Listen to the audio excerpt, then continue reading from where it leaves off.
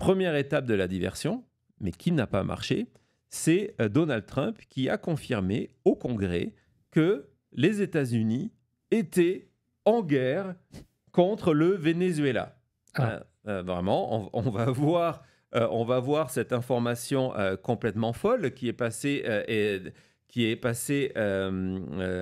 quasiment inaperçue parce que l'actualité qui domine, c'est celle de shutdown. Mais le New York Times, hier, a publié cette note qui a été envoyée aux membres du Congrès où Donald Trump a déterminé tout seul, comme ça, que, en fait, les États-Unis étaient désormais en guerre contre les cartels de la drogue et donc le Venezuela, lorsqu'il venait abattre un bateau en pleine eau internationale, contrairement aux règles de droit élémentaires du droit international, ce n'était pas un problème parce que c'était des combattants qui étaient face à eux.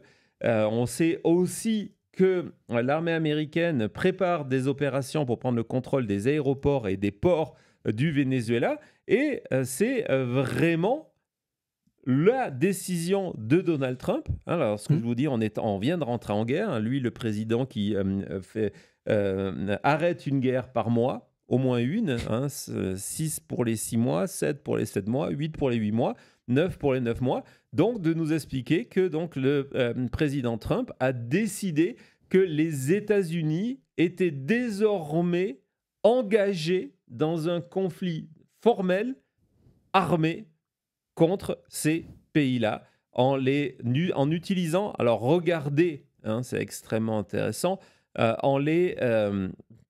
en décidant que les cartels étaient des organisations terroristes. Gardez ça en tête parce que vous allez voir que c'est un des thèmes qui va être utilisé pour justifier ce qui va se passer cette nuit à Chicago et à Portland. On va continuer dans ce texte, donc en nous expliquant qu'il n'y a pas de rationnel légal à ce que font les États-Unis, et donc leur seule manière aujourd'hui, la petite feuille de vigne qui mettent, la mini feuille de vigne pour se cacher, c'est de dire que voilà, nous sommes désormais en guerre, d'où les frappes militaires. Je voulais montrer la réaction via ce tweet de cette association Vote That, qui sont les vétérans, les anciens combattants américains et qui luttent, ce groupe-là lutte contre Donald Trump. On en avait parlé souvent pendant la campagne. Et donc, voilà, ils mettent en avant cette idée que non seulement les États-Unis ont déclaré une guerre unilatérale contre les cartels de la drogue, donc on rentre dans ce qu'on appelle une guerre chaude, c'est plus, et qu'il a l'intention, c'est ce que Donald Trump explique dans cette notice que le New York Times a révélé en exclusivité, d'engager les troupes militaires américaines. On parle donc d'un vrai conflit en expliquant que le Venezuela, mais pas que, parce qu'une fois que on rentre en guerre contre les trafiquants de les cartels de la drogue, en expliquant que c'est des organisations terroristes, on peut dire qu'il y en a à peu près de partout. Y compris à Chicago. Je vous rappelle, je ne veux pas vous inquiéter du côté du Canada, mais je vous rappelle que l'excuse du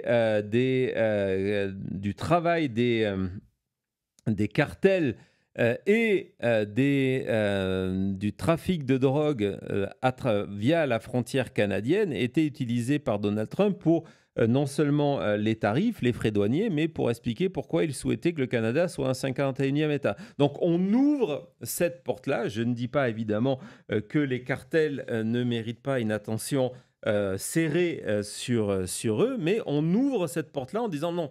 Désormais, ce n'est pas simplement des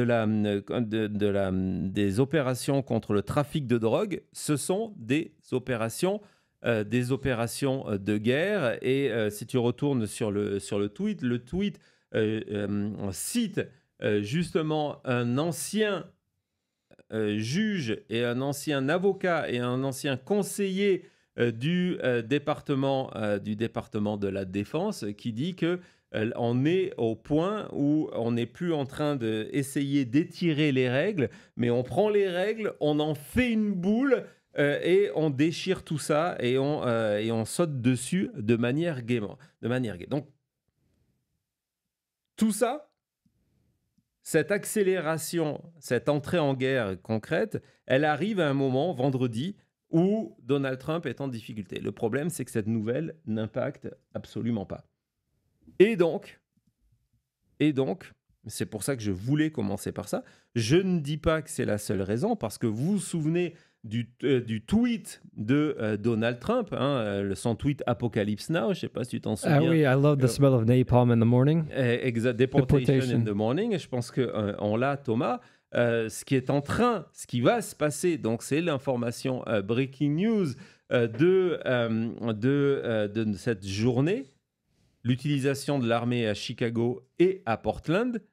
On voit que au début du mois de septembre, le tweet date du 6 septembre, Donald Trump l'avait annoncé, avec beaucoup d'humour, ça nous fait énormément rire, Chipocalypse Now, donc avec cette image de lui et derrière les hélicoptères qui volent au-dessus de Chicago en feu, en expliquant que Chicago allait comprendre, découvrir pourquoi c'était désormais appelé le département, le ministère de la guerre et non plus le ministère de la Défense. Donc voilà, ça c'est pour le contexte politique, parce qu'il faut comprendre pourquoi maintenant, pourquoi cette accélération alors qu'il n'y a pas de raison réelle sur le terrain à cette accélération, ni du côté de Portland, ni du côté de Chicago,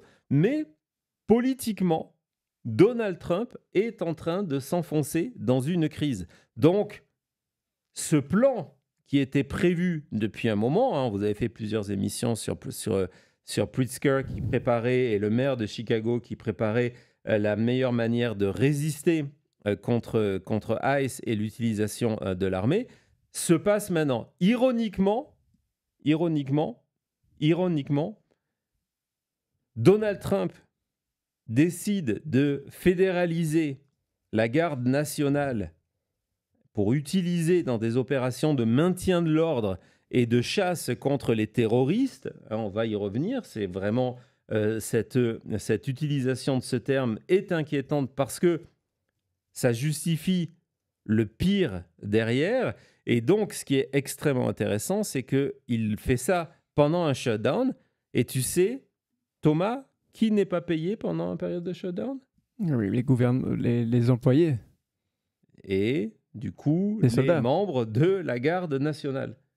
Et donc, ils vont se retrouver à être non seulement non payés, il faut savoir qu'il va utiliser la garde nationale de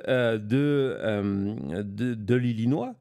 Donc, des gens qui ont leur famille, qui vivent dans ces États-là, qui souvent même vivent dans la ville, qu'ils vont devoir, soi-disant, occuper pour remettre en ordre. Il y a eu, du côté de la presse locale de l'Oregon, donc l'Oregon, c'est Portland, donc on a deux États, vous avez l'Illinois avec Chicago et vous avez l'Oregon avec Portland.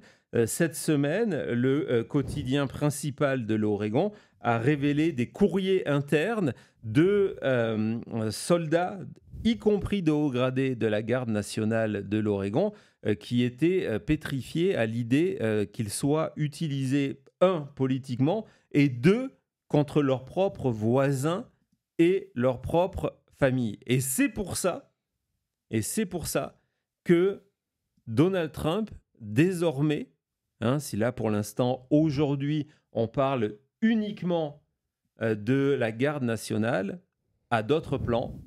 On vous en parle, Cody et moi, tout de suite après.